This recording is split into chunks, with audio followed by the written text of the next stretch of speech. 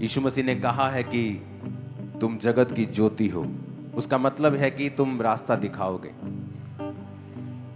एक prayer point जो पूरी चर्च और जितने सुनने वाले लाखों लोग सुनते हैं इस मीटिंग को, वो जब भी आज के बाद आप प्रार्थना करने के लिए बैठेंगे तो इस चीज के लिए प्रार्थना करें कि जो इंडिया में फूड, जो खाना है, उस पर जो पेस्टिसाइड्स हैं, उस पर जो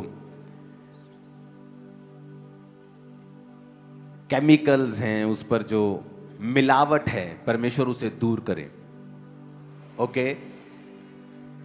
आगे होता था, पहले क्या होता था कि हाँ, किसी की पर्सनल कोई दुकान है छोटी सी, उसने दूध में डिटर्जेंट मिला दिया, कुछ ऐसी गड़बड़ कर दी। अब तो ये न्यूज आ रही है कि बड़ी बड़ी फैक्ट्रीज, बहुत बड़े बड़े नाम हैं जिनके, वो भी उन चीजों में मिलावट कर रहे हैं। लेकिन मुझे नहीं मालूम कि इंडिया के लोग क्या, हम लोग क्या कर रहे हैं, हमारे पॉलिटिशियंस क्या कर रहे हैं, हम लोग क्या कर रहे हैं। कोई इस पर ध्यान नहीं है, कोई किसी का मन नहीं है। अगर आप न्यूजीलैंड में, मैं जब वहां रहा हूं 20 दिन, वहां 20 दिन बिताने के बाद आपकी बॉडी पे नजर आता है कि आप 20 दिन कहीं लगा के आए हो अच्छी जगह पे। इंडिया में क्या हो रहा है जी, ये फरवरी का महीना है जी, आधों को बुखार होगा चर्च में, आधों को खांसी होगी। क्या हो रहा है? मौसम चेंज हो रहा है। आप दुनिया में कहीं भी चले जाओ, मौसम चेंज होने से कोई भी बीमार नहीं होता, लेकिन इंडिया में लोग हो रहे हैं बीमार। एक्चुअली ये मौसम चेंज नहीं है, यहाँ की हवा, यहाँ का पानी, यहाँ का खाना, आपका दूध, आपकी सब्जियां, सारा कुछ केमिकल के नीचे है। तो अब यहां से छोड़ के तो जा नहीं सकते आप लोग। और हम अपने बच्चों को क्या दे के जा रहे हैं आने वाले समय में? बीमारियां, इन्फेक्शंस। तो जब भी आप प्रार्थना करने के लिए बैठें, इस चीज के लिए प्रार्थना करें कि लॉ बने, कानून बने, एक सिविक सेंस इंडियन लोगों में आए कि जितने भी पेस्टिसाइड्स हैं, जितने केमिकल्स हैं, टीके लग रहे हैं सब्जियों को, खानों को, फ्रूट्स को, परमेश्वर उन्हें बंद करे ताकि आपके बच्चे एक अच्छा जीवन जी सकें। और ये सीरियस प्रेयर है। नहीं तो हर 2-3 महीने में इन्फेक्शन, 2-3 महीनों में खांसी, जुकाम, बुखार, ये हम लोगों के लिए आम दिनचर्या बन गया है। और कोई भी इससे बच नहीं सकता, क्योंकि हम सब एक ही माहौल में रह रहे हैं। अगर आप अमेरिका में चले जाओ, जितना ऑटिज्म, क्योंकि हर चीज का रीजन है, कारण है, बिना कारण कुछ नहीं होता। अब अमेरिका में चले जाओ, आपको हर 7वां 8वां बच्चा मंदबुद्धि, ऑटिज्म का शिकार मिलता है आपको।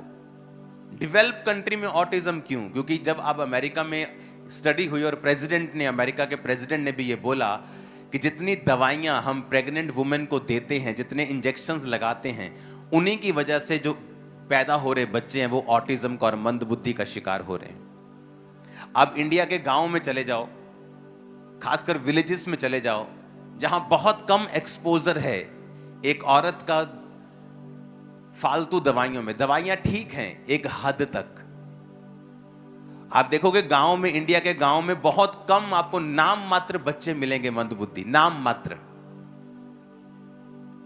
कोई मिलेगा आपको, हजारों लाखों में एक केस मिलेगा आपको जिसका मंदबुद्धि होगा, ऑटिज्म होगा। लेकिन अमेरिका में आप चले जाओ, हर 7वां 8वां बच्चा, 9वां 10वां बच्चा वहां शिकार हो रहा है इसका। क्यों? वही चीज, कहीं कुछ कोई चीज अच्छी है, कहीं किसी की कोई चीज अच्छी है, किसी की कोई चीज। तो हमें वो चीज देखनी है जो हमारे इंडिया में, हमारे देश में, हमारी लाइफ में जो सुधरनी चाहिए। आप इमेजिन करो ऐसा दूध पीना जिसमें डिटर्जेंट मिला और आपको मालूम नहीं, और आपके हिसाब से आप सेहतमंद चीज पी रहे हो, पी के फिर बीमार हो। ऐसी सब्जियां खा रहे हो जो टीके से बड़ी की गई हैं, हर तरफ आपको मिलावट मिलेगी। तो इसके लिए आपको प्रार्थना करनी होगी कि परमेश्वर पॉलिटिशियंस को जागृत करे इस चीज के लिए। अगर फॉरेन में ऐसा कुछ हो जाए तो वहां के लोग तो इकट्ठा हो जाते हैं और प्रोटेस्ट कर देते हैं कि आप हमारे बच्चों के साथ खिलवाड़ कर रहे हो। लेकिन इंडिया में हर एक आदमी अपने चक्कर में इतना बिजी है कि उसे कोई लेना देना नहीं, उसे लगता है ये तो उस जगह की न्यूज़ है। ये हर जगह की न्यूज़ है, मैं आपको बता रहा हूं। जहां पकड़े गए वहां पता चल जाता, जहां नहीं पकड़े गए वहां चलता रहता सिस्टम। तो हमें जब भी आप प्रार्थना में बैठें, इस चीज के खिलाफ प्रार्थना करें कि शैतान आपकी आने वाली जनरेशन को खोखला ना कर सके, कि आपकी आपकी आपकी आने वाली जनरेशन को आप क्या देके जा रहे हो। तो इस चीज के लिए लॉ बने, आपको यह प्रार्थना करनी है।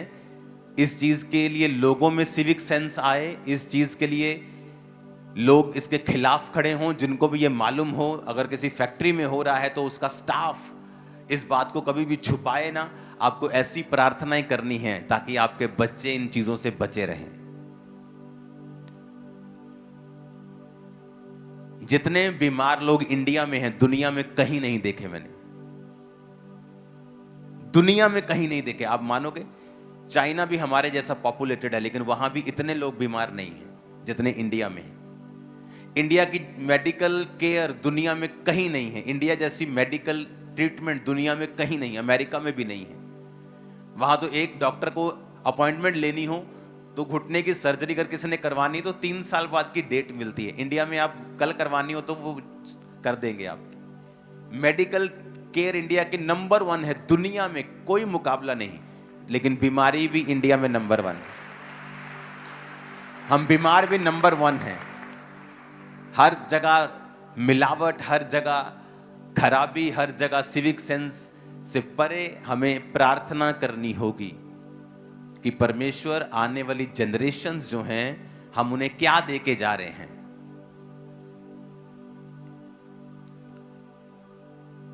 इंडिया में जितनी फसलों के ऊपर पेस्टिसाइड्स और केमिकल यूज होते हैं, स्टडी बताते हैं अगर आप आधा चम्मच कोई ऐसे पाउडर खा जाओ जो केमिकल है तो आपकी बॉडी में असर तक नहीं होता। आपकी बॉडी इतना हैबिचुअल हो चुकी है उस जहर की। और फॉरेन के लोग जब यहां पे आते हैं, आप उनको पूछ के देखो, पहले हफ्ते उनका पेट खराब होता है फॉरेन के लोगों को। इंडिया में आने के बाद आप चले जाओ फॉरेन, आपको कुछ नहीं होता। लेकिन जैसे ही फॉरेनर्स इंडिया में आते हैं, मैं मुझसे मिलने के लिए हर वीक फॉरेन से लोग आते हैं, हर वीक। उनमें से 25-20% हॉस्पिटलाइज्ड होते हैं आते ही कि मेरे बेबी का पेट खराब हो गया, इसको ड्रिप लगवानी पड़ी। ये एक सीरियस इशू है जिसके लिए हमें सबको, जब अपनी पर्सनल प्रार्थनाओं में हम जाएं तो परमेश्वर के सामने ये प्रार्थना करें कि यहां का पानी, यहां की हवा बची रहे। ऐसे लॉ बने जो ऐसे केमिकल जो आपकी फसलों के ऊपर जा रहे हैं, फॉरेन में बैन है। कई फसलें यहां की हैं जो फॉरेनर लोग लेते भी नहीं, सरकारें मना कर देती, ये वाली फसल हम नहीं लेंगे। Reason chemicals.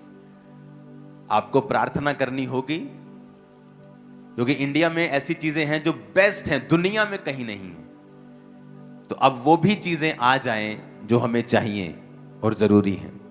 आमीन। और मेरा बिलीव है जितने लोग आज आप इस मैसेज को सुन रहे हो, आप लोग पर्सनल प्रेयर्स में इसे रखोगे। अगर आप किसी पॉलिटिशियन के साथ काम करते हो, आप उन्हें ये कन्विंस करोगे कि वो ये मुद्दे उठाएं बार बार और इसके लिए स्ट्रॉन्ग लॉज बनाएं, स्ट्रॉन्ग उनको बॉडीज बनानी चाहिए ऐसी। अगर आप किसी पॉलिटिशियन के साथ काम करते हैं, आप सरकार में हैं, आप किसी तरह से इस चीज को इन्फ्लुएंस कर सकते हैं, तो प्लीज इसे कीजिए अपने बच्चों के लिए, इंडिया के फ्यूचर के लिए,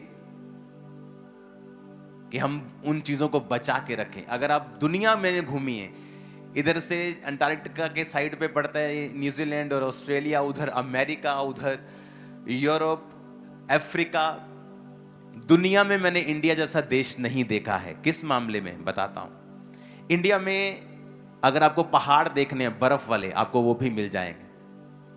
आपको दुबई के जैसा रेत का समंदर देखना है, आपको वो भी मिल जाएगा। आपको वर्षा वन देखने हैं, रेन फॉरेस्ट देखने हैं, आपको पूर्व की साइड पे, चिरापुंजी साइड पे, गुवाहाटी साइड पे वो भी मिल जाएंगे। आपको लो लेवल के पहाड़ देखने हैं, आप साउथ की साइड चले जाओ, आपको ग्रीनरी देखनी है, आप साउथ की साइड चले जाओ। आपको जमीनी इलाके देखने हैं, नदियां देखनी है, आप यूपी चले जाओ, आपको हर चीज इंडिया में मिलती है। दुनिया में ऐसा कहीं नहीं है, दुनिया में ऐसा कोई देश नहीं जहां इतनी ज्यादा जबरदस्त रीति के साथ इतनी चीजें हों, लेकिन फिर भी हम दुनिया का ध्यान खींचने में असफल रहे हैं। नहीं तो इंडिया टूरिज्म इतना बड़ा हो इंडिया का कि और चीज करने की जरूरत ना पड़े। आज दुबई जो है वो टूरिज्म से पैसा ज्यादा कमाता है, अपने रियल स्टेट से ज्यादा कमाता है, तेल से कम कमा रहा है अभी वो। हमें ये प्रेयर करनी है कि ऐसे माहौल बने, ऐसे लॉ बने, ऐसे सिस्टम बने, ऐसी क्लीन चीजें परमेश्वर ऐसी खड़ी करे, पॉलिटिशियंस के दिल में बोझ को डाले इस बात के लिए। इंडिया जैसा कोई देश नहीं होगा, मैं आपको बता रहा हूं। Blessed country.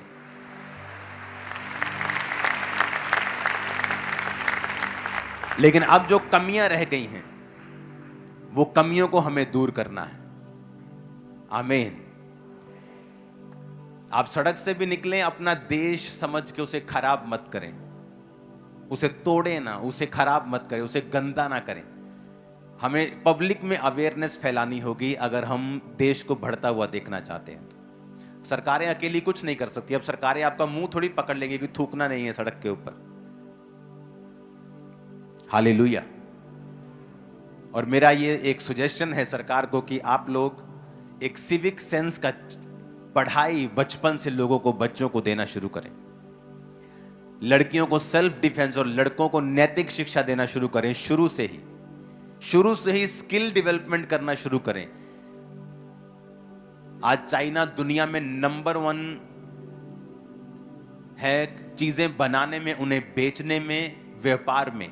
कोई उसके बराबर भी खड़ा नहीं होता। आप चाइना जाके चले जाओ, देखो सेम हमारे जैसे लोग हैं, वो सेम कल्चर है, कोई ज्यादा खास फर्क नहीं है। वो ज्यादा नॉन वेजिटेरियंस हैं, इंडियंस ज्यादा वेजिटेरियंस हैं, बस इतना ही फर्क नजर आता है। उनमें भी माता पिता की इज्जत करना होता है, उनमें भी वो वाइफ के साथ, एक ही वाइफ के वफादार रहते हैं। हर चीज उनमें काफी सिमिलर है। लेकिन आज वो आगे क्यों हैं? इसी वजह से। तो ये हमारे देश का मुद्दा नहीं, आपका पर्सनल मुद्दा है। आज से प्रार्थना में से रखना है स्ट्रॉन्ग, वेरी स्ट्रॉन्ग। हर टाइम इसे प्रेयर में रखना है कि परमेश्वर हमारे देश में सिविक सेंस बढ़े, यहां का मौसम, यहां के पानी को, यहां की चीजों को तू खराब होने से बचा। ऐसे लॉ आए कि फूड के साथ कोई भी मिलावट कभी भी ना हो सके। लोगों के अंदर ऐसा डर खौफ आए, लोगों के अंदर ऐसी बुद्धि आए कि आज तुम किसी को खराब कर रहे हो, कल कोई तुम्हें खराब करेगा, तुम्हें पता भी नहीं होगा। एक आदमी नशा बेचता था। उसे लगा कि पहले उसकी केमिस्ट की दुकान थी तो थोड़े बहुत पैसे बचते थे, घर चल रहा था, 20-25 हजार मिल रहा था। फिर किसी ने सलाह दे दी कि ये बेचा कर कैप्सूल। फिर उसने देखा यार इससे तो पैसे ही बड़े बचते हैं। फटाफट नशेड़ी लड़के आ रहे हैं, फटाफट ले जा रहे हैं, फटाफट 30 रुपए की चीज 150-150 में बिक रही है। इसके जैसे धंधा ही नहीं है। अमीर होता गया, बेचता गया, बेचता गया, बेचता गया। और एक दिन उसके अपने एक लौते बेटे को अटैक हुआ और वो पैरालाइज्ड हो गया और आज तक पैरालाइज्ड है। हील नहीं हुआ, मेडिसिन ने काम नहीं किया, कुछ भी ठीक नहीं हुआ। आप दूसरों के घरों को खराब करके ये एक्सपेक्ट नहीं कर सकते कि आपका अपना घर खराब नहीं होगा, क्योंकि वचन कहता है जो तुम बोवोगे वो तुम काटोगे। अब काटोगे तो जरूर ये, क्योंकि ये धरती का लॉ है, ये यूनिवर्स का लॉ है, ये परमेश्वर ने बनाया, इसको तुम रोक नहीं सकते। अच्छी चीजें बोवोगे अच्छी काटोगे, बुरी बोवोगे बुरी काटोगे। तो मेक श्योर आप अच्छी चीजें बो रहे हो अपनी लाइफ में, क्योंकि उसके बाद आपकी प्रार्थना करवाने से, उसके बाद आपके कुछ करने से, रोने से, करलाने से, गाली निकालने से परमेश्वर को तब भी हल नहीं होगा। अपने हाथों को उठाएंगे अपने देश के लिए। खुदा बाप हमारे अगुओं के अंदर ये बोझ पैदा कर कि वो मिलावट के अगेंस्ट ऐसे लॉ बनाए। हमारे देश के पानी को, हमारे देश की हवा को बचा खुदाबंद। हमारे देश की नदियों को बचा खुदाबंद, सारी मिलावटों को दूर कर खुदाबंद। ऐसे पेस्टिसाइड्स, ऐसे केमिकल्स जो हमारी फसलों पे यूज होते और हमारी बॉडी के लिए अच्छे नहीं, खुदाबंद आने वाले समय में वो बैन हो जाएं। हमारे किसान, उनके लिए रास्तों को खोल, उनको फाइनेंशियली ब्लेस करके वो अच्छे डिसीजन ले सकें। पूरी दुनिया में इंडिया के किसानों के जैसा कोई मेहनती नहीं है, सबसे कम पैसा इनको मिलता है। आपको प्रार्थना करनी अपने हाथों को उठा के कि परमेश्वर हमारी सरकारों को किसानों के ऊपर मेहरबान कर, वो उन्हें सपोर्ट करें, बिना पेस्टिसाइड्स के फूड उगाने के लिए उन्हें इनकरेज करें। आने वाले समयों में खुदावंद हम इसमें बेहतरी देखने पाएं, हम इसमें आशीष को देखने पाएं। प्रभु यीशु मसीह के सामर्थी नाम में हम मांगते हैं, आमीन। ऊंचा यह आशीष हमारी हो जाए। अपने घुटनों पे आकर अपनी बाइबल को उठाओ और खुदा से कहो, आज जो कुछ मैं सुनने वाला हूं वो मेरे लिए है। फिर से कहो अपने हाथों को उठा के,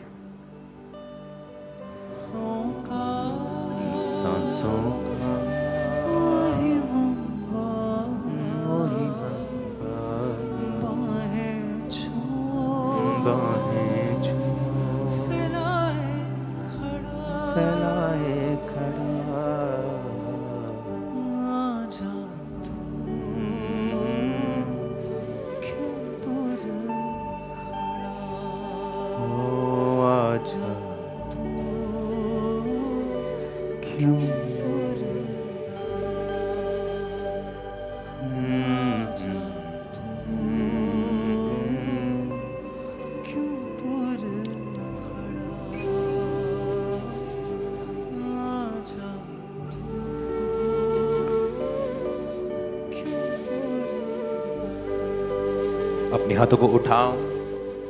सबको आवाज आ रही है? हाथों को हिलाओ पीछे अगर आवाज आ रही है तो आराम से। आज वचन आपको लिखना है क्योंकि ये ज्यादा है। पहले मैं इसकी आयतें बोलूंगा, आप इसे लिख लो। इब्रानियों 12 उसकी 1 से 4 आयत, भजन संहिता 37 उसकी 7 आयत,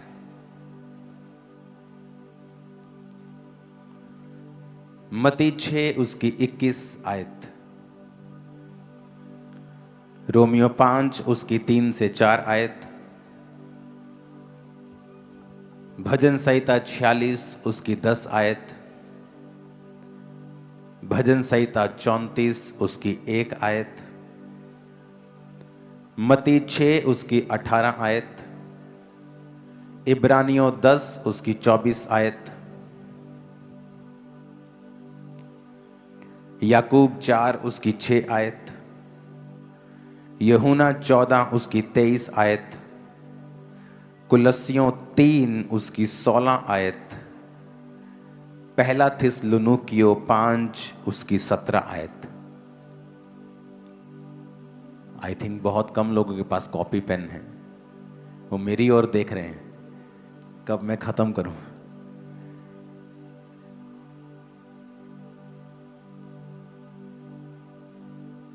इब्रानियों 12 उसकी 1 से 4, फिर से मैं रिपीट कर रहा हूं। भजन संहिता 37 उसकी 7, मत्ती 6 उसकी 21, रोमियो 5 उसकी 3 से 4,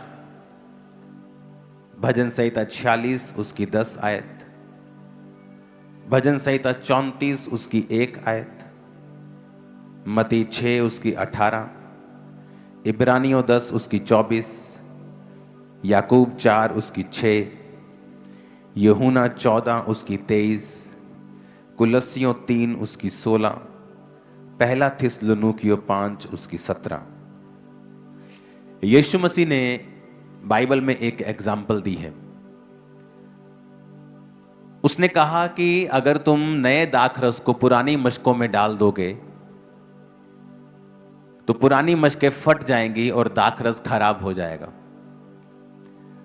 उसके कहने का मतलब ये था कि अगर तुम्हें नई आशीष चाहिए लेकिन तुम्हारा जीवन जो है वो पुराना है, तो जब नई आशीष तुम्हारे जीवन में आएगी वो तुम उसे कंटेन नहीं कर पाओगे, ठहरा नहीं पाओगे और वो नाश हो जाएगी। जब नए दाखरस को पुरानी मशकों में डाला जाता था तो मशकें जो होती थी वो चमड़े की होती थी। तो जब नए दाखरस को डालते थे तो उसमें गैस बनती थी और पुराने जो मशकें होती थी वो टाइट होने की वजह से जब गैस बनती थी वो फट जाती थी और दाखरस खराब हो जाता था। तो जो दाख का नया रस होता था उसे नई मशकों में डालना पड़ता था, जो लचकीली होती थी कि जब गैस बने, जब वो फैले तो वो फटे ना।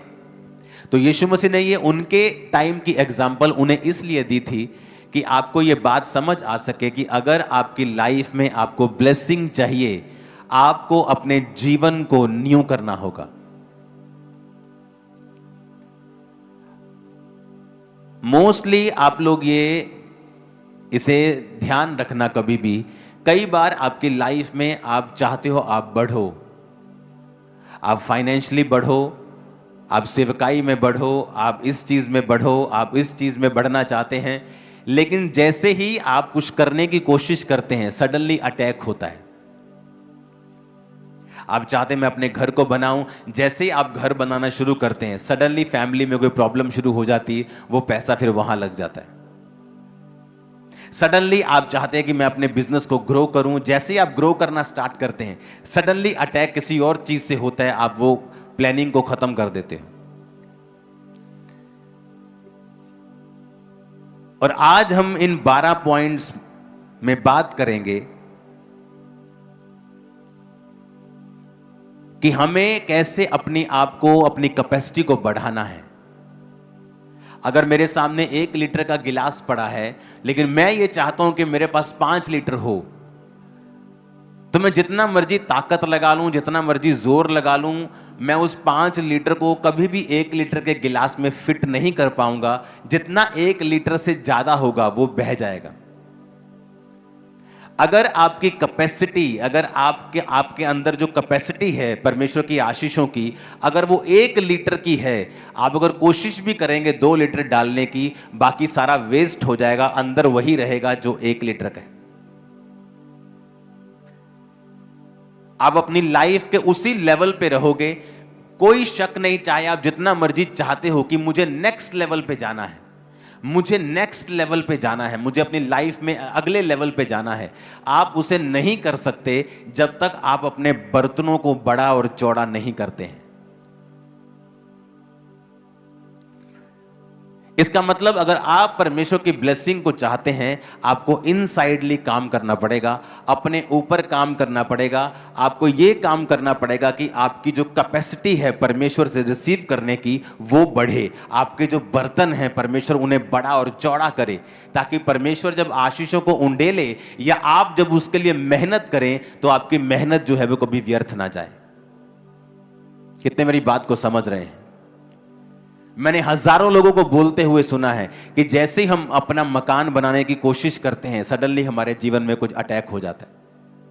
फैमिली मेंबर बीमार हो जाता है, उसके ऑपरेशन पे खर्चा करना पड़ जाता है। जैसे ही मैं चाहता हूं कि चर्च बढ़े, जैसे ही मैं चाहता हूं हम ग्रो करें, सडनली कुछ ना कुछ हो जाता है। और मैं आपको एक बात बताना चाहता हूं कि हर एक चीज शैतान नहीं करता है। याकूब 4 उसकी 6 आयत को हम पढ़ेंगे। जो पहला काम आपको करना है, अगर आप ये चाहते हो कि आप अपनी लाइफ में ग्रो करो, वो फाइनेंस में हो, फैमिली में हो, वो स्पिरिचुअल लाइफ में हो, आपकी कैपेसिटी अगर नहीं बढ़ेगी तो आप चाहे अच्छे हैं, 1 लीटर का बर्तन भी बर्तन ही है, वो भी अच्छे काम करता है, मालिक के पीने में काम आता है, पर वो 5 लीटर अपने अंदर नहीं समा सकता जब तक हम उसकी कैपेसिटी को बड़ा नहीं करेंगे, जब तक हम उसे दोबारा से खोल कर उसके चीज़ों को बढ़ाकर फिर से लोहा ऐड करके फिर से चीज़ें ऐड करके उसको बड़ा नहीं करेंगे, तब तक वो आशीष उसमें समा नहीं सकती।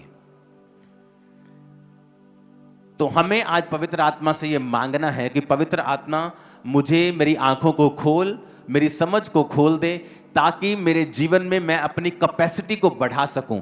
जैसे ही परमेश्वर ये देखता है कि इस आदमी की, इस बहन की, इस भाई की कैपेसिटी 1 लीटर से 4 लीटर की हो गई है, वो 1 दिन लगाएगा, 1 सेकंड लगाएगा उसे 1 से 4 करने में।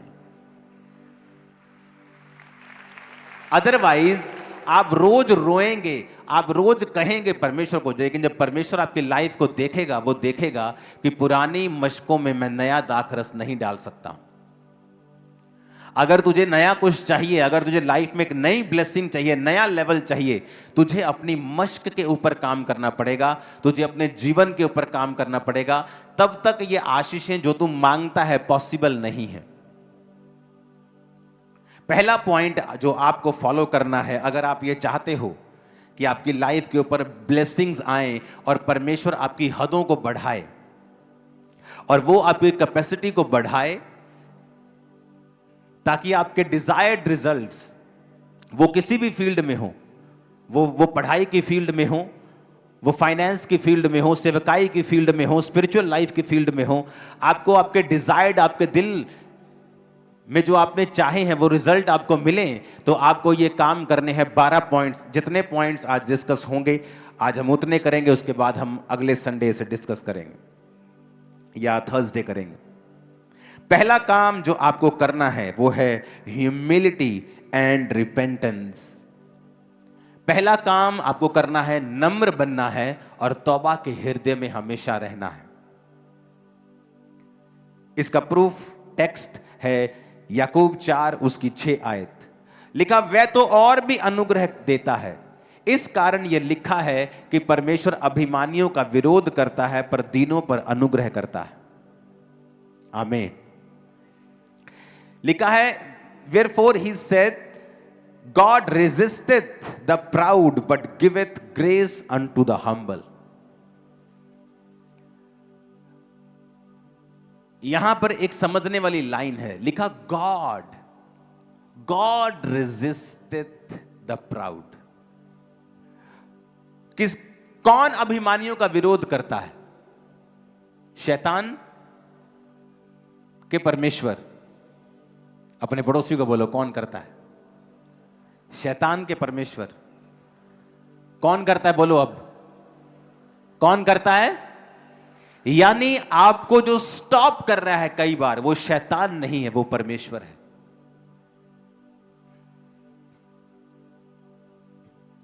लिखा, वो अभिमानियों का विरोध करता है।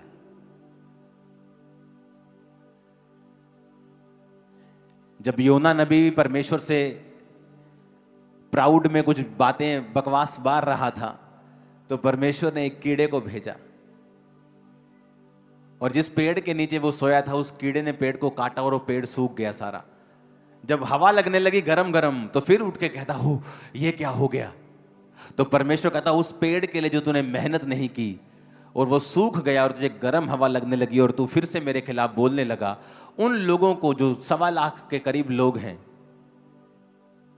उन लोगों को मैं कैसे छोड़ दूं और कैसे उन्हें नाश होने दूं? यानी परमेश्वर को यह भी पता है कि कौन सा कीड़ा भेजना है पेड़ को सुखाने के लिए, और कीड़े ने भी परमेश्वर की कमांड ली। वो उन चीजों का इस्तेमाल करता है फिर आपका विरोध करने के लिए। सडनली वो फाइनेंस का फ्लो आपका रोक देगा, सडनली कुछ चीजें आपकी लाइफ के साथ होंगी, आप बोलेंगे ओ ये क्या हो रहा है? क्योंकि परमेश्वर आपको देख रहा है कि आप हम्बल इनफ नहीं हैं, आप इतने नम्र नहीं हैं कि जिस चीज के लिए आप मेहनत कर रहे हैं वो आपको उस कुर्सी पे बिठा दे।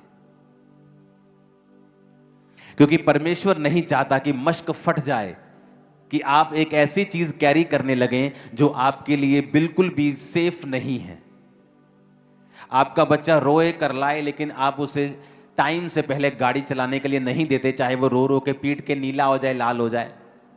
एक समय आता है फिर उसको रोने की जरूरत नहीं, वो जस्ट चाबी पकड़ता है, उसने गाड़ी सीखी है, वो बिना रोए करलाए, बिना स्ट्रगल के उस गाड़ी को चलाता है, और बाप भी उसे रोकता नहीं।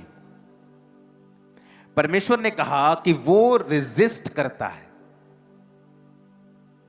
प्राउड को।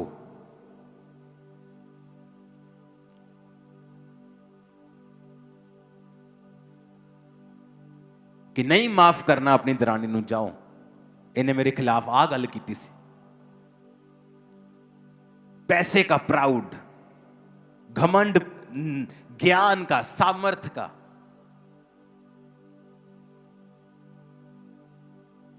पोजीशंस का। जब आप ऐसी चीजें करेंगे तो लिखा परमेश्वर आपका सामना करेगा। शैतान आपका सामना नहीं करेगा, परमेश्वर आपका सामना करेगा। पहला काम जो आपकी कैपेसिटी को बढ़ाता है और आपको दुनिया से अलग करता है, जो चीजें दुनिया बुजुर्गी में नहीं पा सकती, आप जवानी में उसे लेके बैठ जाएंगे परमेश्वर से। क्योंकि परमेश्वर उम्र नहीं देखता, वो आपके अंदर की, इनर मैन की उम्र देखता है। हो सकता है हमारे बीच में कोई 18 साल का लड़का बैठा हो और वो यहां बैठे 65 साल के व्यक्ति से ज्यादा आत्मा में बुजुर्ग हो, और यहां बैठा है 80 साल का व्यक्ति आत्मा में बच्चा हो, यह भी हो सकता है। तो उम्र डिसाइड नहीं करती है कि आप आत्मा में कितने अच्छे हैं। आप वो सारी चीजें ले सकते हैं जो लोग बुजुर्गी में जाके भी उनको मिलती नहीं, आप उन्हें जवानी में हासिल कर सकते हैं। लेकिन आपको अपनी कैपेसिटी को बढ़ाना होगा, और आपको वो कैपेसिटी बढ़ाने के लिए आपको बाइबल के प्रिंसिपल्स, बाइबल के वचन जो परमेश्वर ने हमें हमारी ग्रोथ के लिए दिए हैं, हमें उन पर ध्यान लगाना होगा। अपने पड़ोसी को बोलो कि परमेश्वर अभिमानियों का सामना करता है। फिर से बोलो अपने पड़ोसी को, लेकिन दीनों के ऊपर अनुग्रह करता है। फिर से बोलो, दीनों के ऊपर अनुग्रह करता है। आमीन। अभिमानियों का क्या करता है? वो सामना करता है। और दीनों के ऊपर क्या करता है? अनुग्रह करता है, माफ कर देना। मोस्टली हमारी बहनें जो हैं वो अपने, क्योंकि उन्होंने ज़्यादा रिश्तेदारों के नज़दीक रहना होता है, परिवार ज़्यादा, आदमी तो काम पे चले जाते हैं। इन चीज़ों से हमारी बहनें जो हैं वो ज़्यादा ग्रसित रहती हैं। किसी ने कुछ बोल दिया, किसी ने कुछ गलत कहा, किसी ने कुछ ऐसा गलत काम किया आपके खिलाफ, आप उनको माफ नहीं कर पाते हैं। या किसी भी चीज के लिए अपने अंदर एरोगेंस रखनी, अपने अंदर घमंड रखना। लिखा फिर अगर हमारे अंदर घमंड होगा तो हमारा सामना शैतान नहीं, हमारा सामना परमेश्वर करेगा, और वो मेक श्योर करेगा कि हम अगले लेवल पर कभी ना जाएं जब तक हमारी कैपेसिटी को हम इंक्रीज नहीं करते हैं। आप बर्तन अपना 4 लीटर का कर लो, मैं आपको बताता हूं, पर आपको रोने की जरूरत नहीं पड़ेगी। प्रभु के सामने वो उसमें 4 लीटर भर देगा। आपका बर्तन 1 लीटर का है, आप 10 रोजे रख के रोज रोवो, परमेश्वर आपको गाइड करेगा कैसे उसको 4 लीटर का करना है, तभी मैं उसको भर पाऊंगा। लेकिन 1 लीटर में 4 लीटर वो नहीं भरेगा। वो अपनी आशीष को वेस्ट नहीं करना चाहता। उसने कहा मैं नया दाखरस पुरानी मशकों में नहीं दूंगा, क्योंकि पुरानी मशकों में डालते ही जब वो किण्वित होंगी, जब वो गैस छोड़ेगी, पुरानी मशकें टाइट होंगी और वो फट जाएंगी, और दाखरस भी खराब हो जाएगा और पुरानी मशकें भी खराब हो जाएंगी। अपने पड़ोसी को बोलो, दीन बन। अपने माता पिता के सामने, अपने अगुओं के सामने, वॉलंटियर्स के सामने, एक दूसरे के सामने दीन बन। ना तो अपने पैसों का, ना पोजीशंस का, ना सुंदरता का, ना पढ़ाई का, ना काबिलियत का, ना सामर्थ का घमंड कर, क्योंकि वो घमंडियों का सामना करता है। आमीन।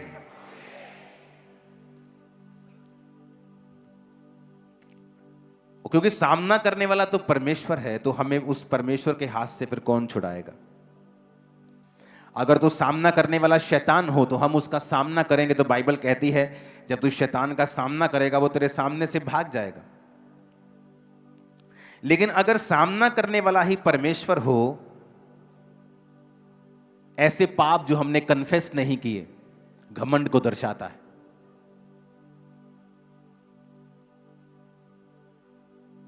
अपने नीचे काम करने वालों को आप तंग करो, यह घमंड को दर्शाता है।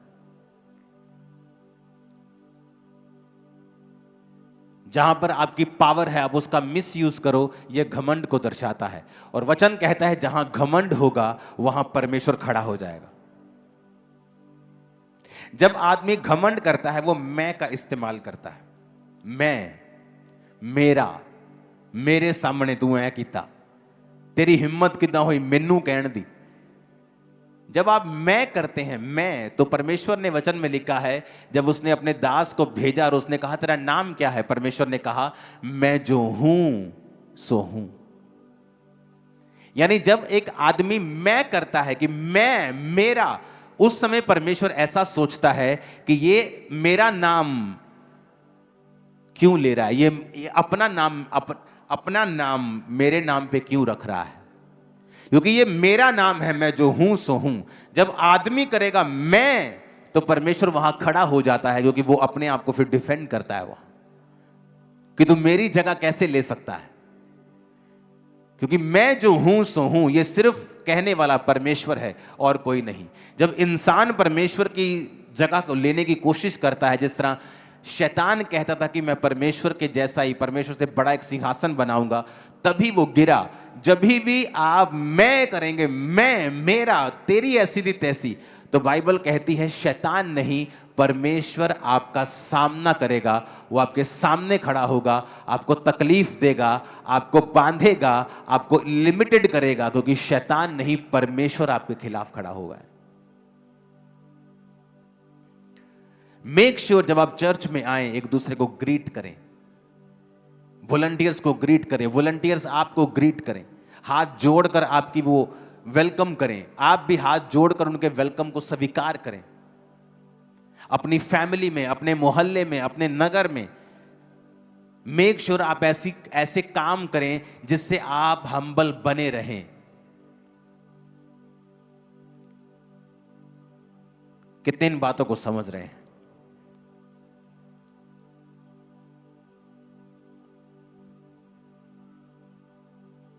इस चर्च को उठाने से पहले यह मेरी एक आदत होती थी कि मैंने पास्टर्स के पैरों को धोया है दूध से।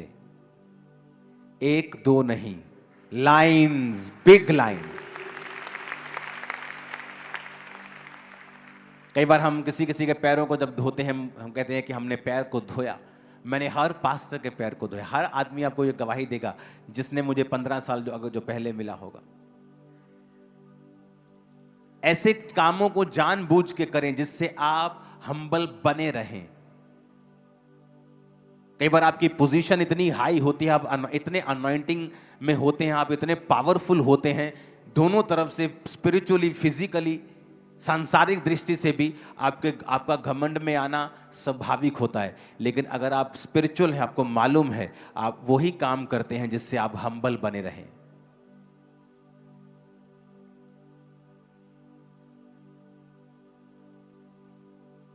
चर्च के बाद जैसे मैं जूतियों की सेवा करने के लिए जाता था हमेशा। अब चर्च में अंदर एक जो जूता घर बन रहा है वहां मैं फिर सेवा करूंगा, क्योंकि वो कंट्रोल्ड है, वहां पे 4 दीवारी है। अब तो मैं करूंगा तो लोग वहां पे डिलीवरेंस के लिए आ जाएंगे, मुझे छोड़ेंगे नहीं। तो अब जब अंदर जूता घर बन रहा है वो कंट्रोल्ड इन्वायरमेंट में, फिर आपको मैं जूते की सेवा करता हुआ नजर आऊंगा। रीजन, मैं अपने आप को हम्बल रखना चाहता हूं ताकि मैं आगे बढ़ूं।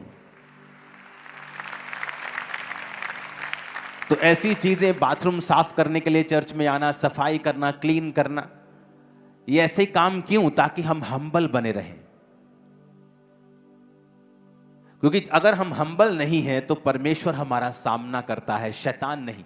शैतान सामना करे आप जीत जाओगे, लेकिन अगर परमेश्वर आपका सामना करे आपको वेट करना पड़ेगा, आपको सफर करना पड़ेगा। आप कुछ नहीं कर सकते, आप कुछ नहीं कह सकते, आप भला बुरा कुछ नहीं बोल सकते, आपको साइलेंट रहना पड़ेगा, आपको वो सारा कोर्स लेना पड़ेगा, एक एक चीज आपको सहनी पड़ेगी। आप कुछ नहीं कर सकते, बोल के आप बिगाड़ सकते हो, परमेश्वर के खिलाफ सुधार नहीं सकते। तो परमेश्वर प्राउड लोगों का सामना करता है। मैं सामना कर, तूने कैसे कहा मैं, मेरा नाम है मैं जो हूं सो। वो सॉन्ग है ना, मैं जो हूं सो हूं, मेरा नाम है मैं जो हूं सो, मेरा नाम है।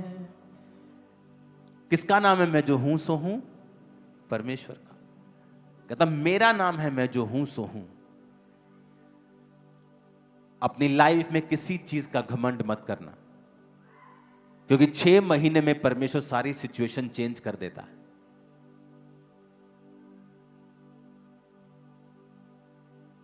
हालेलुया।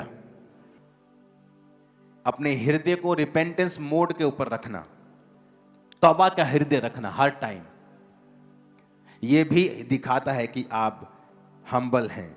तो पहला पॉइंट आपने नोट किया। अब दूसरा पॉइंट, फेलोशिप करना और दूसरों की सेवा करना, खासकर उनकी जो मसीह के देह के अंग हैं। इब्रानियों 10 उसकी 24-25। प्रेम भले कामों में उकसाने के लिए हम एक दूसरे की चिंता किया करें। आगे पढ़ेंगे इसकी आयत को, अगर है आपके पास तो इसकी 25 आयत को भी निकालेंगे। भजन इब्रानियों 10 उसकी 24 आयत को हम फिर से पढ़ेंगे। और प्रेम और भले कामों में उकसाने के लिए हम एक दूसरे की चिंता किया करें। क्या कहता प्रेम के लिए और भले कामों के लिए उकसाने में। 25 आयत में लिखा है, फिर एक दूसरे के साथ इकट्ठा होना ना छोड़ें, जैसे कि कितनों की रीति है, परंतु एक दूसरे को समझाते रहें, ज्यों ज्यों उस दिन को निकट आता देखें, त्यों त्यों और भी अधिक ये किया करें। क्योंकि सच्चाई की पहचान प्राप्त करने के बाद यदि हम जानबूझकर पाप करते रहें तो पापों के लिए फिर कोई बलिदान बाकी नहीं है। अपनी कैपेसिटी को अगर आप चाहते हो बढ़ाना, और मेरी बात ध्यान से सुनना, जिस दिन आपके बर्तन की, आपके जीवन की कैपेसिटी बढ़ गई, आपको मांगने की जरूरत नहीं होगी, ऑटोमेटिकली आप नेक्स्ट लेवल पे होंगे। नेक्स्ट लेवल, और वो नेक्स्ट लेवल मार्वलस है, वो ग्लोरियस है, वो आपकी लाइफ में नई ब्लेसिंग को लेके आएगा, आपकी लाइफ में नई सेटिस्फैक्शन को लेके आएगा, वो नई टेस्टिमनी को लेके आएगा।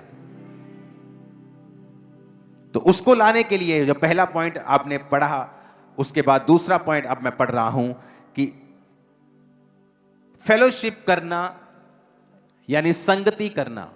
आप इंटरनेट के ऊपर संगति नहीं कर सकते। इंटरनेट पे संगति उन लोगों के लिए है जो नए हैं, जो एकदम से चर्च में नहीं आ सकते, अन्य जाति परिवारों से हैं। लेकिन आपके लिए परमेश्वर ने हुक्म दिया है, जो लोग मसीह में हैं, ये अगर तुम अपनी कैपेसिटी को बढ़ाना चाहते हो, then fellowship with each other and serve each other, कि एक दूसरे के साथ संगति करना। जैसे कि लिखा, कितनों की रीति है। क्या रीति है? कि जब लोग शनिवार के दिन इकट्ठा होते थे, सब्त के दिन, लेकिन यीशु मसीह के जी उठने के बाद संडे के दिन, फिर वो संडे के संडे इकट्ठा होते थे। तो पौलुस कहता था कि इकट्ठे होना जैसा कि हमारी रीति है, तुम किसी भी रीति से उसको ना छोड़ो, क्योंकि जब भी शैतान आपको पहली ग्रेस से गिराना चाहता है, वो ये चाहता है कि तुम्हारी कैपेसिटी कभी ना बढ़े, तुम एक जगह पे स्टक हो जाओ, तुम्हारा पानी 1 लीटर हो, फिर 1 लीटर को कैसे मैं कम करूं, वो इस चीज पे प्लान करता है। तो सबसे पहले वो तुम्हारी संगति को अटैक करता है। वो किसी भी तरह से करे, वो तुम्हें काम देना पड़े, तुम्हें ठोकर देनी पड़े, तुम्हें दुख देना पड़े, तुम्हें सुख देना पड़े, वो कुछ भी करके तुम्हारी संगति को इफेक्ट करता है। क्योंकि एक बार जब संगति इफेक्ट हो गई, तुमने परमेश्वर के उस वचन को ब्रेक किया, अब तुम उस कैपेसिटी में नहीं बढ़ सकते जो प्रभु चाहता है तुम बढ़ो। तो उसने कहा कि तुम प्रेम में और भले कामों में उकसाने के लिए एक दूसरे की चिंता किया करो। हम में से कितने लोग हैं जिसने कुछ भला करने के लिए एक दूसरे को उकसाया हो? हाँ, हमने पाप करने के लिए उकसाया जरूर होगा कि चलिए यार, कुछ नहीं होता यार। तो वचन जब टूटेगा तो कर्स लाइफ पे होगा और उसे कोई रोक नहीं सकता है। मेरे टाइम में यूथ मेरे साथ होता था, यही वचन सुनता था, इधर से सुनता था, इधर से निकालता था, और चर्च खत्म होने के बाद वही करता था जो उसके शरीर को अच्छा लगता था। आज आप उनकी जिंदगियां देखो, 15-20 साल बाद वो वहीं के वहीं हैं। और जो लोग आत्मिक थे, जो लोग स्पिरिचुअल थे, उन्हें टाइम लगा 10 साल, 12 साल, किसी को 7 साल, लेकिन वो कहीं अधिक ऊंचे लेवल पे हैं आज हर तरफ से। परमेश्वर ने क्या कहा कि एक दूसरे को सर्व करना है।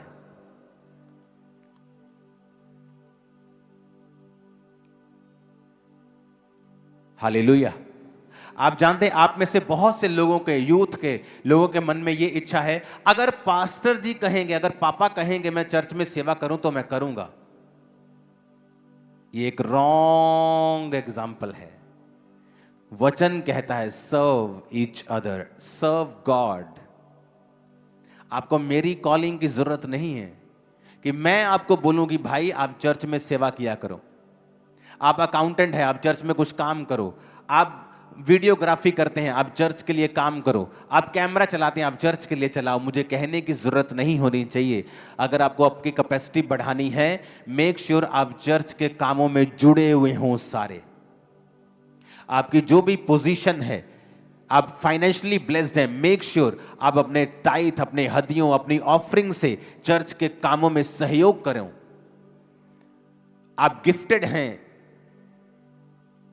मेक श्योर आपका वो वरदान परमेश्वर के और परमेश्वर के लोगों के काम आए। अपने पड़ोसी को बोलो, तेरे हर वरदान परमेश्वर के लिए काम आए।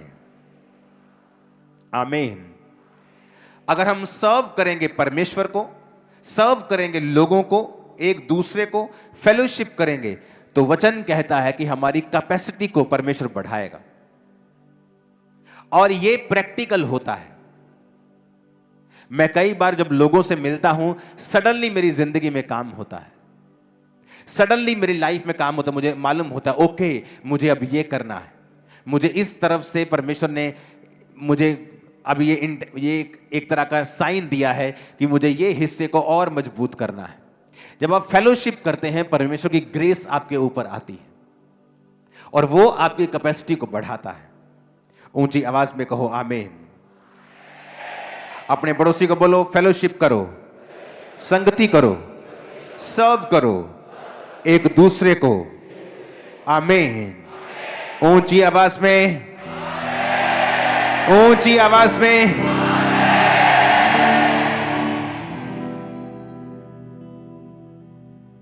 तीसरा पॉइंट है भलापन और उदारपन। अपने पड़ोसी को बोलो, भलापन और उदारपन। आमीन।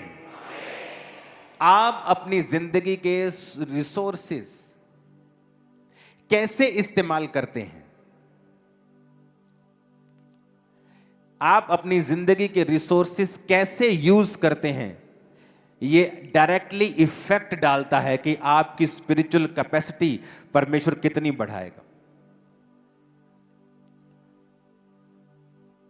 आपके फिजिकल रिसोर्स, वो पैसा हो सकता है, वरदान हो सकता है, पॉलिटिकल कोई पोजीशन हो सकती है।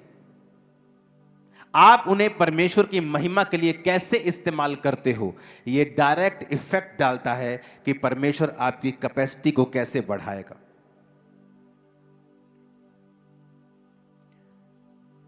परमेश्वर ने कहा, मैं चीयरफुली जो गिव करता है, आनंद से देता है, मैं उससे प्यार करता हूं। यह नहीं कि हाँ बीच का अनाउंसमेंट हुआ है, मेरा दिल नहीं कर रहा लेकिन मुझे देना पड़ेगा, अनाउंसमेंट हुआ है।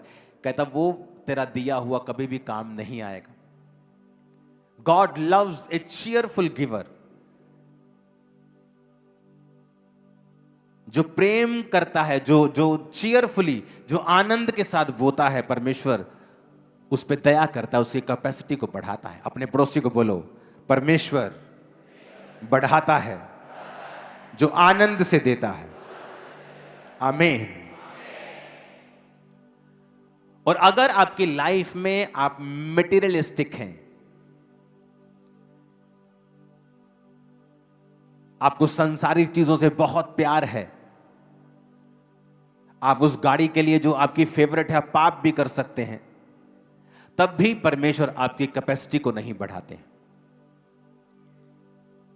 हमारे जीवन में पैसा होना चाहिए, ये बाइबल भी ऐसा कहती है कि आपके पास वो सब कुछ हो जो आपको करने के लिए, प्रभु की महिमा करने के लिए चाहिए।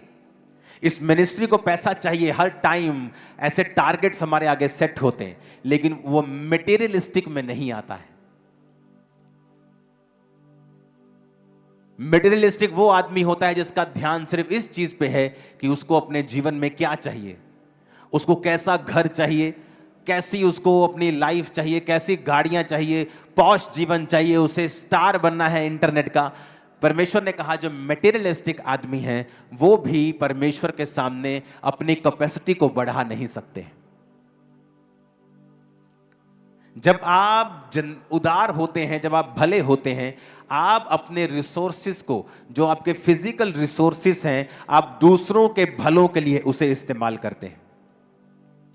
कैसे परमेश्वर आप पर भरोसा रखेगा कि आपके सामने एक व्यक्ति भूखा मर रहा हो और आप अपनी जेब से पैसा ना निकालें उसको कुछ देने के लिए? हालेलुया। ऐसा कैसे पॉसिबल है कि वो आपको देखे और आप इस तरह के हो कि दूसरों की कोई भी प्रॉब्लम जो है आपको हर्ट नहीं करती, आपको दूसरे की प्रॉब्लम से कोई मतलब नहीं है।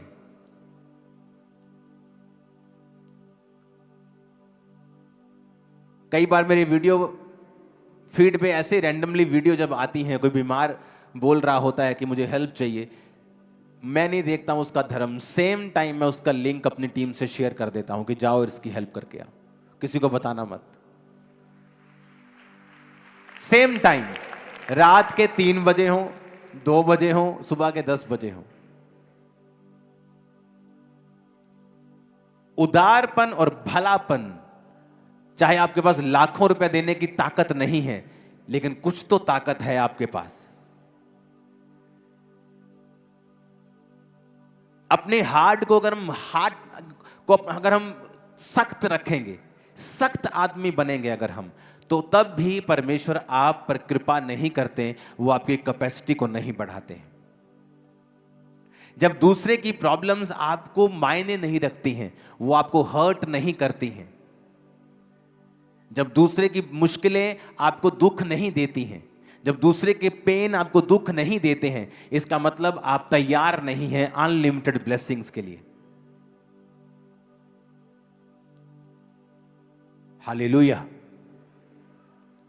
अगर मेरी बुलाहट थोड़ी डिफरेंट किस्म की है, मुझे सिर्फ स्पिरिचुअल काम करने हैं, मैं इधर उधर नहीं जा सकता, लेकिन मैं आपको ये बता सकता हूं, अगर खुदा ने चाहा, मैं जानता नहीं क्या उसकी मर्जी है, अगर मैं हॉस्पिटल खोलूंगा तो सबसे बेस्ट और सबसे सस्ता हॉस्पिटल आपको खोल के दिखाऊंगा। मैं आपको बता रहा हूं,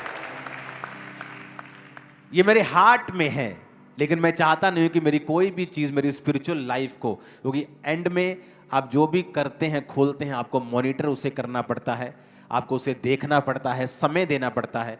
और मेरा समय वही है जो मैं परमेश्वर को दे रहा हूं, ताकि स्पिरिचुअल लाइफ और आपकी स्पिरिचुअल लाइफ ग्रो करे और परमेश्वर का आत्मा मुझे डायरेक्ट मैसेज दे। ये भी मैसेज जो आप सुन रहे हो, डायरेक्ट परमेश्वर ने मुझे दिया, टॉपिक पॉइंट्स मैंने खुद तैयार किए। मैं आपको बता रहा हूं, परमेश्वर ने मुझे बताया कि इस विषय के ऊपर बात करनी है ताकि लोगों की कैपेसिटी बढ़े। हालेलुया। किसी को माफ ना कर पाना आपकी कैपेसिटी को कम रखता है। अब आप देख लो, आपने माफ करके आप अपने आप को आजाद कर रहे हो, अपने आप को चौड़ा कर रहे हो, अपने आप को बड़ा कर रहे हो। आप दूसरे को माफ नहीं कर रहे हो, आप अपने लिए रास्तों को साफ कर रहे हो।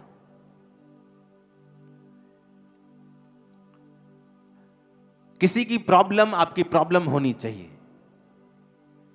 वचन कहता है दुखी होने वालों के साथ दुखी हो वो।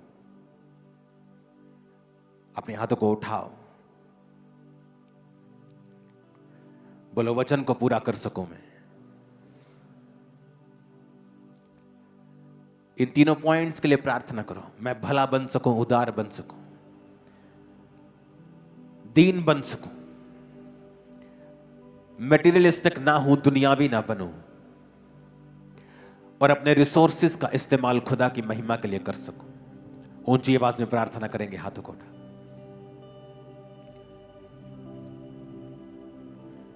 पाक खुदा मैनू पाक बना,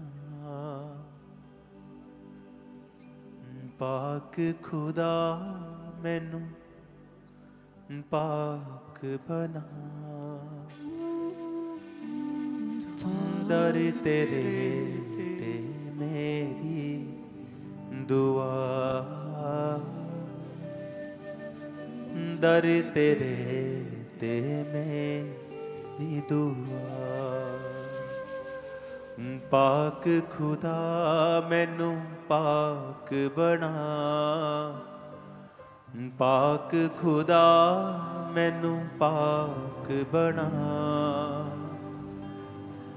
दर तेरे ते मेरी दुआ, दर तेरे ते मेरी दुआ। दे पवित्र आत्मा मैं गावांगा सना, दे पवित्र आत्मा मैं गावांगा सना, राह में पवित्र विच जहां, राह में पवित्र विच जहां, विच जहां, नूर तेरे नाल चमका सदा, दर तेरे ते मेरी दुआ, दर तेरे ते मेरी दुआ। छेती तू आजा रूए पुकारे, अपने हाथों को उठाओ। Thank you Jesus. बेड़ी ईमान वाली ला किनारे, बेड़ी ईमान वाली ला किनारे, तू ला किनारे। Thank you Jesus. अपने हाथों को उठा। चेहरे तेरे नू मैं वेखां सदा, चेहरे तेरे नू मैं वेखां सदा, दर तेरे ते मेरी दुआ, दर तेरे ते मेरी दुआ। पाक खुदा मैनू पाक बना, पाक खुदा मैनू पाक बना, दर तेरे ते मेरी दुआ, दर तेरे ते मेरी दुआ। अपने हाथों को उठाओ। आज जो कुछ मैं सुन रहा हूं,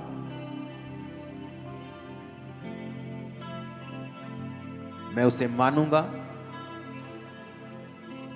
उस पे चलूंगा,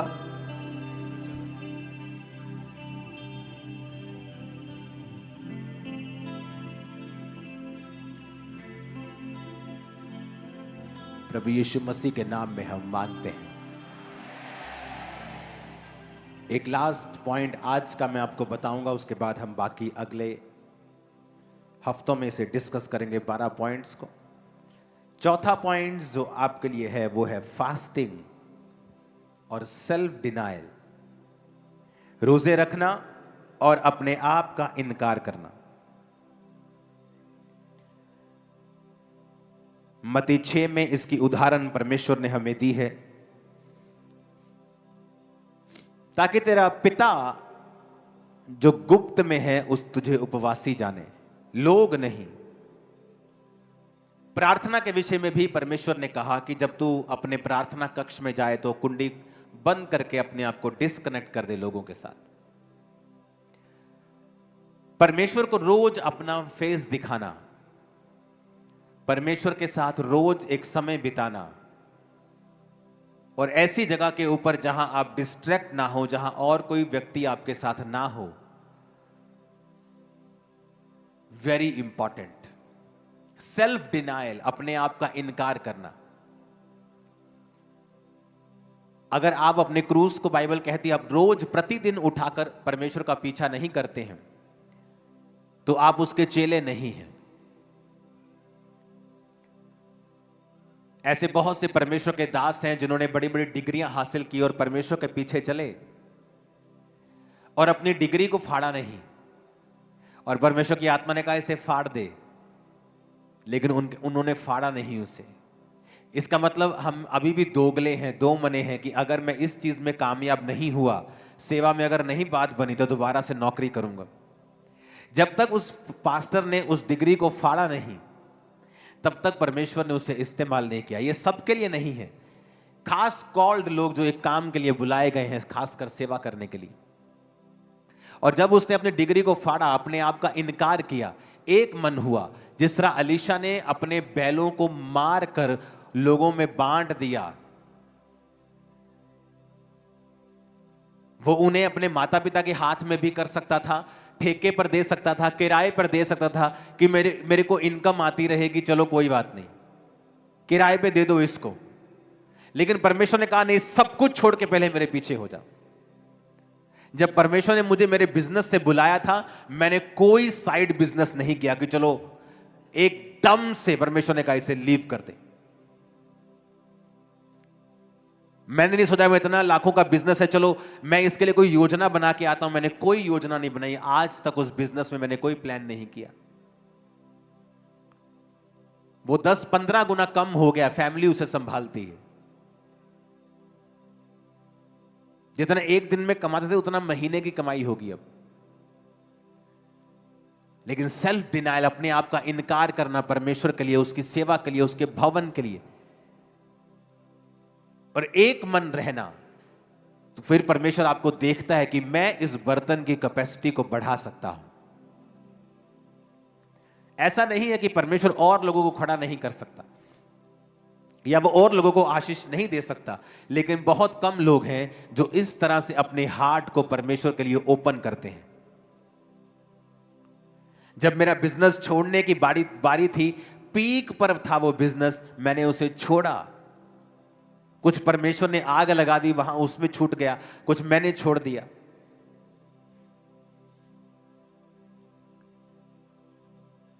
सेल्फ डिनायल कि जो परमेश्वर ने आपको करने के लिए कहा है, कई बार वो बोलता है आपको इस दोस्त को छोड़ दे, अपनी इस वाली संगति को छोड़ दे, इन लोगों की संगति मत कर।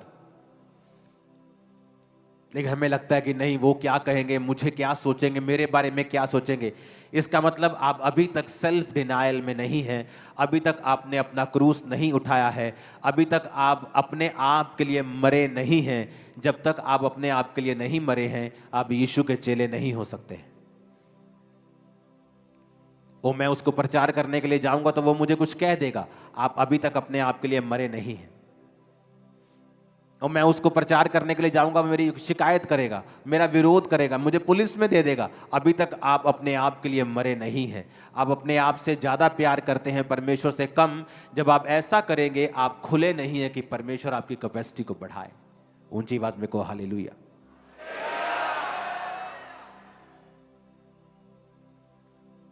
सेल्फ डिनायल फास्टिंग से आता है। जब आप फास्ट करते हैं, सडनली आप अपने शरीर को, अपने शरीर की इच्छाओं को वीक करते हैं। अगर आपको व्यभिचार के अटैक होते हैं, फास्टिंग में चले जाओ। अगर आप अपने शरीर को देखना चाहते हो, अपने आप को, अपनी इच्छाओं को मरते हुए, फास्टिंग में चले जाओ। फास्टिंग और सेल्फ डिनायल ये संग संग चलते हैं। आप फास्टिंग करते हैं, उपवास करते हैं, और सडनली आप सेल्फ डिनायल, रोज रोज अपनी इच्छाओं को आप खत्म करते हैं, अपने आप को और स्ट्रॉन्ग करते हैं स्पिरिट में, और ये चीज आपकी कैपेसिटी को बढ़ाती है। मेरा ये बिलीव है कि इस फेब मंथ में और 2026 में जो खुदा ने हमसे वायदे किए हैं, वो उन्हीं वायदों के तहत आपको ये वचन दे रहा है ताकि आपकी कैपेसिटी बढ़े और हर तरफ से आप ब्लेस हो सको। ये रियलिटी मैं आपको बता रहा हूं। सेल्फ डिनायल रखना, अपने आप का इनकार करना, डबल योजना अपने जीवन में ना रखना, डबल ना सोचना, क्योंकि जब आप डबल सोचते हैं परमेश्वर रुकता है और वेट करता है और वो इंतजार करता है आपके एक मन होने का, क्योंकि उसको गलती नहीं लगी जब उसने आपको भेजा। ये है ही मुश्किल, सेवा का रास्ता, सेल्फ डिनायल का रास्ता है ही मुश्किल। ये आसान कहां लिखा है वचन में? ये मुश्किल रास्ता है, संकरा रास्ता है, और थोड़े हैं जो इसे पाते हैं। बहुत से प्रवेश करते हैं लेकिन एंड नहीं कर पाते हैं। बीच में आपको लोग छोड़ते हुए मिलेंगे आत्मिक चीजों को, क्योंकि ये एक टफ रास्ता है। अपने हाथों को उठाओ, इन चारों पॉइंट्स के लिए अपने हाथों को उठाओ और सुनो। घर जाओ, इस वचन को पूरा हफ्ता, एक हफ्ता ही सुनना, बस आपको समझ आ जाएगा। दोबारा दोबारा इस वचन को सुनना और प्रभु की आत्मा से अंदर प्रार्थना करते रहना कि प्रभु मेरे विषय में, मेरे जीवन में यह वचन कहां कहां लागू होता है, मेरी मदद करें। उठाओ अपने हाथों को।